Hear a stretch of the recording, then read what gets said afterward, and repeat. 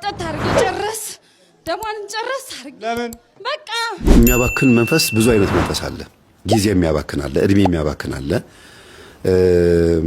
ገንዘብ የሚያባክን አለ። ደም ነው የምፈልገው። ለምን ደም? የሰው ደም ድሮ በትናንሽ ነገር የሚገበሩና በትናንሽ ነገር ስራቸውን የሚያቆሙ ልክ እንደተከበሩ አድርገው ቆጥረው አመታዊ ወይም ወርሃዊ የሆኑ ግብሮችን የለመዱ መናፍስቶች ከዶሮና ከበግ አያልፉም ነበር። በጣም ቢጨምር በግ ነበር። በግም እኮ አሳርጃት በግርድ አስደርጌ ንጹህ ደሙን በማስታጠቢያ አስደርጌ ጥጥት ደሙን በቃ። አንዳንድ በጣዖት መንፈስ የተመረዙ ሰዎች ደሙን ይቀዱና ሲያስቀምጡት ከነበረበት ያጡታል። መጀመሪያ ለመንፈሱ የመስጠት ልምድ ስለሚኖር ደሙን አስቀምጡና ለውቃቢ አምላካችሁ አስቀምጡት ይጠጣዋል ይባልና ያስቀምጡታል። ከዛ በተወሰነ ጊዜና ሰዓት ያጡታል። ያንን ደም አያችሁ ይላሉ፣ ያዩታል።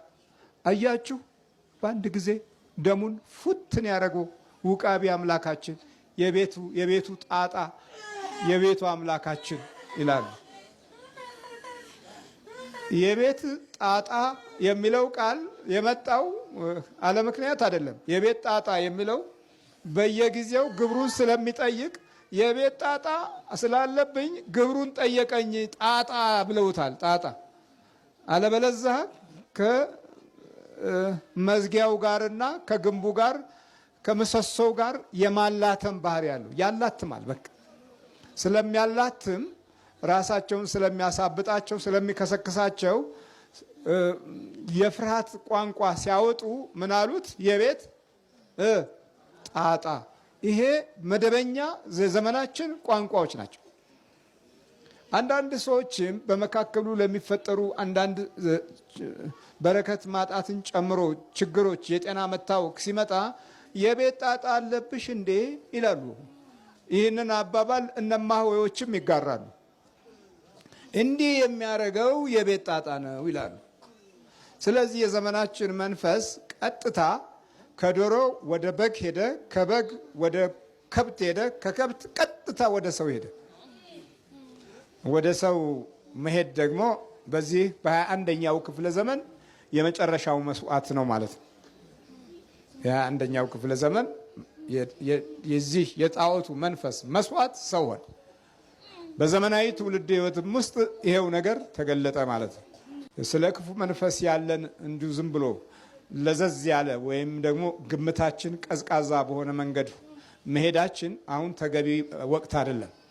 አንደኛ በአደጉ በሚባሉ ሀገሮችም ውስጥ ያለው የክፉ መንፈስ ምሪት በከፍተኛ ሁኔታ ባለበት ዘመን ውስጥ በቴክኖሎጂ አሰራር ሂደትም ውስጥ የክፉ ዲያብሎስ አሰራር ጣልቃ ከመግባቱ ጋር ተያይዞ የክፉ መንፈስ መረጃ ከሌላችሁ ሁል ጊዜ ችግሮቻችንን አድምጠን በሕክምና ብቻ እንዋጋዋለን ብትሉ ይሄ የተሳሳተ አቅጣጫ ነው። ስለዚህ ውሸት ነው እሱ፣ በሕክምና ውሸት ነው። ምንም ነገር የምታጭበረብራቸው አይድንም። አዎ አይድንም። እኔ እኮ ሐኪም ቤት ሄጃለሁ፣ ጥቁር አንበሳ ሄጃለሁ። ወስዳታል ሁሉ ሰው ያ ሁሉ ሰው ሲረፈረፍ እናቶች ልጄን አድኑልኝ ብለው ሲያለቅሱ እኔ ቅድሚያ ገባሁ። ግብት ተብዬ ምንም ሳልሆን ደሙን አስመጣሁኝና ደም ተሰጠኝና የሷን ደም ስጨርስ ጥጥት አረኩኝ። ከዛ ስንት ደም ተወሰድክ? 2 ደም ወሰድኩኝ። ለምን? በቃ ደም ነው የምፈልገው። ከዛ በኋላ ቢመረመር ምንም በሽታ የለም። ምንም ግርም አላቸው ዶክተሮቹ። አዎ ግርም። እንዴት አለምንም ነገር ደም ያልቃል አሉ። አለምንም ነገር? አዎ በቃ የለም፣ ምንም ደም የለም። ምንም መድኃኒት ሳልወስድ ወደ ቤት ሄድኩኝ። በቃ ለምን እንዲህ አደረግ? በቃ ደም ነው የምፈልገው። እኔ ደም ነው የምፈልገው። ማን ነው ስምህ? ዛር። ዝም ብሎ ዛር ነው? ስም የለህም? የለኝም። ከደም ጋር ምን አገናኘህ አንተ? አያውቁኝማ፣ አስለምደውታል። በፊትም የአባቷ ዘሮች አለባቸው በሙሉ። ምንድን ነው የሚገብሩህ የነበረው? እኔ በቃ የፈለው ልብስ፣ ነጭ ልብስ ምናምን፣ ዶሮ ያርዳሉ፣ ቅቤ ይጠጣሉ፣ በቃ ያከብሩታል። እሷ ግን ምንም አታውቅም። ማን ያከብሩታል የምትለኝ? እዛ የአባቷ ዘሮች በሙሉ ያምኑታል። ማንን ነው የሚያምኑት? ዛር ታዲያ ከእሷ ጋር ምን አገናኘ? በቃ ወደድኳት፣ እሷን ወደድኳት ከልጅነቷ ጀምሮ የኔ ናት። ዛሬ እኮ ምን እንደዚህ እንዳመጣ አላውቅም። የኔ ናት። አንተ ስለት ነው የተወለደችው? እንዴት ነው? አይደለም በቃ እኔ ያረፍኩባት፣ እሷን ወደድኳት። የዛር የስለት ልጅ የዛር የስለት ልጅ የዛሩ የስለት ልጅ እና ተጠጋጁ። እንዴት ነው የተወለደችው ልጅቱ? ጠንቋይ ቤት ሄደው 8 ናቸው ልጆቹ፣ ቤተሰብ እስከሷ ማለት ነው። ለ8ቱም ከፈለ አባቷ። ምን ብሎ የሚያባክን መንፈስ ብዙ አይነት መንፈስ አለ። ጊዜ የሚያባክን አለ፣ እድሜ የሚያባክን አለ፣ ገንዘብ የሚያባክን አለ። አሁን ከእድሜ እንምጣ። እድሜ የሚያባክነው ማለት አንዲት ሴት ሳታገባ ከእናትና አባቷ ጋር ተቀምጣ ይረፍድባታል። ሳትወልድ እንዲህ አድርገው የሚያስረፍድባቸዋል። ወንዶችም ሆነው ከእናትና አባታቸው ጋር የሚቀመጡ አሉ፣ ሳያገቡ ሳይወልዱ የሚረፍድባቸው አሉ። ይሄ እድሜ ይባላል፣ የእድሜ ማርፈድ። ሌላው የእድሜ ማርፈድ የሚባል ንስሐ ሳይገቡ ዝም ብለው እንደዚህ ከንቱ እንደሆኑ በቃ እዚህም እዛም አይነት ኑሮ የሚኖሩ አሉ አይደል? እናቱም ጋር የራሳቸው ላይፍ ጋር አመንዝራ ሆኖ ሲወጡ ሲያምራቸው ወጣ ብለው ሴተኛ ዳር ያገኛሉ። ቀመስ አድርጎ ይመጣል። ከዛ እናትና አባቱ ጋር ነው የሚያድረው። ይጠጣል። ዓመት በዓል ሲሆን አብሮ ከእናትና አባቱ ጋር ያከብራል። እናትና አባት ከልጅነት ጀምሮ ኖረው ሳር እየጎዘጎዙ ቡና እያፈሉ ዓመት በዓል ሲመጣ ዶሮ እያረዱ ኑሯቸው ኖሮ አርጅተዋል፣ ሄደዋል ማለት ነው። እሱም ግን አብሮ እያረጀ ነው እዛው ቤት ውስጥ። የራሱን ላይፍ መኖር አልቻለም። ይሄ የሚያዘገይ መንፈስ ይባላል፣ ብኩን የሚያረግ መንፈስ። ሌላ ሁለተኛው ጊዜ ማነው? ጊዜን ያኛው እድሜ ነው። ጊዜን የሚያዘገይ ማለት ነው። የሚቀጥለው ወር ላይ ይሄን አረጋለሁ፣ እቁብ ሲደርሰኝ ይሄን አረጋለሁ ስትሉ እቁቡ ልክ ሲመጣ ህመም ይመጣል፣ ወይም ገንዘቡን ልታጠፉ የምትችሉበት ሌላ ነገር ይመጣባቸዋል። ደሞዙ ሲመጣ በ5 ቀን ውስጥ ብን ብሎ ይጠፋል። ይሄ ደሞዛችሁን በተመለከተ ጊዜን በተመለከተ የሚያባክነው መንፈስ በጣም በሌላ ጊዜ አንድ ወንድማችን ገጠመኝ ስላለው የእሱን ገጠመኝ አምጥቼ እነግራቸዋለሁ። በአጭሩ ግን ጊዜያችሁን የሚያባክነው ምንድነው? ከወር እስከ ወር ደሞዝተኛ እንድትሆኑ እያደረገ ጃኬትም እንዳትቀይሩ ልብስም ጫማም ሳትቀይሩ ዝም ብሎ ጊዜያችሁን የሚያባክን፣ በፍቅርም ደረጃ አገባሻለሁ ብሎ ተስፋ የሚሰጥ ውጭ ሀገር ሆኖ ወይም ክፍለ ሀገርም ሆኖ የት ወይም ቦታ ሆኖ አገባሻለሁ ተስፋ ይሰጣታል። እድሜዋን ጊዜዋን ያባክናል። እሷም አገባሃለሁ ብላ ወይም ደግሞ ከተጋቡ በኋላም ራሱ ልጅ እንወልዳለን ቆይ እንዳትወልጂ እያለ በመድኃኒት ያዡ እያለ ልጅ እንዳይወልዱ ጊዜ የሚያባክን መንፈስም አለ። ይሄ ራሱ ብኩን መንፈስ ይባላል። ሌላው ደግሞ በስራ ጉዳይ ላይ ውጤታማ የሆነ ስራ ይሰራሉ። ለድርጅቱ ትርፋማ የሆኑ ሰዎች ናቸው። ወይም ደግሞ ድርጅቱ ትርፋማ እንዲሆን ሀሳብ በማፍለቅና ስብሰባ ላይ ጥሩ አይዲያ በማምጣት ፕላትፎርሞችን በመስራት የተለያዩ ነገሮችን በማድረግ ውጤታማ ሊያደርጉ የሚችሉ ሰዎች ሆነው ግን አይሸለሙም። ስራ አይሰጣቸውም፣ ወይም ገንዘብ እድገት አይሰጣቸውም። ዝም ብለው በቃ እንደዚሁ ከንቱ የሆነ ተስፋ ይዘው ቁጭ የሚሉ አሉ። አንድ ደሞዛቸውን ብቻ እየጠበቁ ጎበዝ መባልን ብቻ ይዘው እሱ እኮ ምርጥ ሰራተኛ ነው፣ አሪፍ ታማኝ ሰራተኛችን ነው ብቻ ተብሎ የሚቀመጥ ሴትም ወንድም አሉ። ብኩን ያደርጋቸዋል። አይዲያቸውን ይሰጣሉ፣ ግን ምላሽ የለውም። የወጡት የለፉበትን ያክል አይሰጣቸውም። ይሄም አለ። እኔ እኮ በቃ እዚህ ቦታ መቀመጥ አይገባኝም ነበር፣ እኮ ስንት ስራ መስራት ነበረብኝ፣ ለምንድን ነው እዚህ ቦታ ላይ ተቀጥሬ ቁጭ ያልኩት? ግን ለምንድን ነው እንደዚህ ተወተፍኩት? እንዴ ስንቱ እኮ እየወጣ እኮ በአቋራጭ መንገድ እኮ እያተረፈ ነው፣ እንዴ ቢያንስ ተፍ ብዬ እንኳን አልሰራም እንዴ ምናምን ብለው በቃ ያስቡታል። ግን ቁጭ ይላል፣ ታስረዋል። ከወጣው ደግሞ ቤት ውስጥ ኢኮኖሚካሊ ይናጋሉ። ማየ ምን ትበላለች ባለቤቴ፣ ልጆቹ ምን ይሻላል ይላል። ወጥቶ በሳት እንደሚችል አይምሮን ያውቀዋል፣ ያምነዋል። ደግሞ በጣም ክሬቲቭ የሆነ አይምሮ እንዳለው ታውቃለች።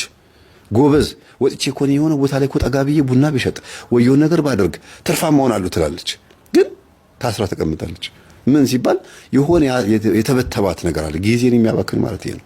ከንቱ የሚያደርግ ብኩን የሚያደርግ ማለት ይሄ ነው። ትውጣ ማለት አይደለም፣ አትውጣ ማለትም አይደለም። ግን የምታምኑበት በጣም ስኬታማ የምትሆኑ ከተሰማችሁ ወጥታችሁ አንዴ ቼክ ማድረግ ነው። አንዴ ወጥቶ መሞከር በቃ ካልተሳካ እንኳንም ሞከርኩት ችግር የለው በቃ የሚሳካ መስሎ የነበረ ሞከርኩት አልሆነም እመለሳለሁ። በሙያችሁ ስለምታምኑበት ትቀጠራላችሁ ድጋሚ። ይሄኛው የማይቀር ጥሩ ሙያችሁ ስለሆነ ማለት ነው። ያኛው ግን ምናልባትም በህይወታችሁ ላይ አንድ ስቴፕ ከፍ የምትሉበት ከሆነ እዚህ ጋር ቆልፎ የያዛችሁ የቤተሰብ ዛር ሊሆን ይችላል፣ ወይም ደግሞ መተት ሊሆን ይችላል፣ ወይ እናንተ ውስጥ ያለው ይሄ ሚጫጫናችሁ ዝም ብሎ ዱካክ የለቀቀባችሁ እንዲያልፍላችሁ የማይፈልግ ሱኡንቁን ወይም ደግሞ ስግብግብ የሆነ የቡዳ መንፈስም ሊኖር ይችላል።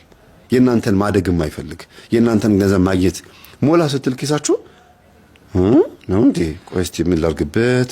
ገና ገንዘቡ ሲመጣ ነው ማቀድ የምትጀምሩት። ያንን ብር ማየት አይፈልግም። ብሩ በሌለ ሰዓት ብዙ እቅድ ሊኖራችሁ ይችላል። ብሩ ሲመጣ ግን ያ እቅድ ትረሱትና ሌላ ቆይ እስቲ ሌላ ነገር ምን ላድርግበት ትላላችሁ።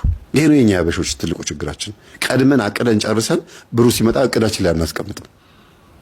ይሄ ደግሞ የቡዳ መንፈስ ባህሪ ነው። ቡዳ መንፈስ ብዙ ጊዜ እጃችን ላይ ያለውን ብትን የሚያደርገው ቀድሞ ይበለዋል። አስራት ስለማናወጣበት፣ ለነዳያን ምጽዋት ስለማንሰጥ፣ መባ ማለት ስጦታ ለቤተ ክርስቲያን እንትን አዋጡ ይሄ ነገር ይሰራ ሲባል እኔ እቺ ነገር እችላለሁ እቺ ነገር ላድርግ እኔም ላዋጣ ያቅሜን ያክል 100 ብር ከአስራት ውጪ ለእንትን አዋጡ ሲባል 100 ብር ወይም 1000 ብር መስጠት መባ ይባላል። ግዴታ እቃውን አምጣው አይደለም። እንዲህ አይነት በጎ ነገሮች ላይ መሳተፍ፣ ከዛ ገንዘቡ ይበረክታል። የበጎ ነገር ጠላት ስለሚሸሽ ከበጎ ነገራችሁ ላይ ስለሚሸሽ አይነካውም። ለዚህ ነው አስራት አውጡ ቤተክርስቲያን የምትለው ለጥቅሟ ብቻ ሳይሆን ለእናንተም ጥቅም ጭምር ሲባል ነው። ደግሞ ግዴታችን ነው። እግዚአብሔር እኮ ለዚህ ነው ስግብግብ መንፈስ እንዳለ ስለሚያውቅ፣ ሌባ ብኩን መንፈስ እንዳለ ስለሚያውቅ አስራት አውጡዋል።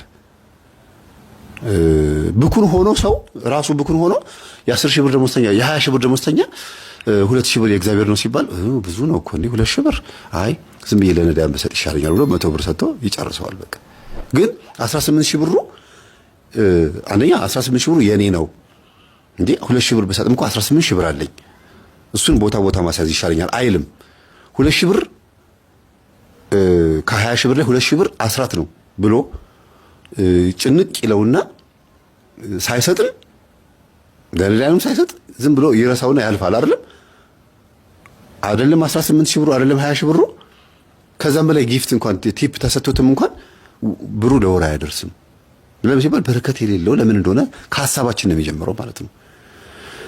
እንደዛም እንኳን ብኩን ሆነን እኮ ነው የምላችሁ አስራት አናወጣም። ስግብግብ ሆነን እንኳን ቢሆን እሺ ማለት አረ ይሄ እኮ ብር እኮ ቤት ውስጥ እኮ ብዙ ነገር ይሸፍናል እንዴ 2 ሺህ ብር እኮ እንዴ እግዚአብሔር እንግዲህ አንተ ታውቃለህ 2 ሺህ ብሩንማ ብዙ ነገር ይሸፍንበታል ብትሉ እንደው ድንግሽ ትንሽ ለቤቱ አስባ ነው ብሎ እግዚአብሔር ይታገሳል።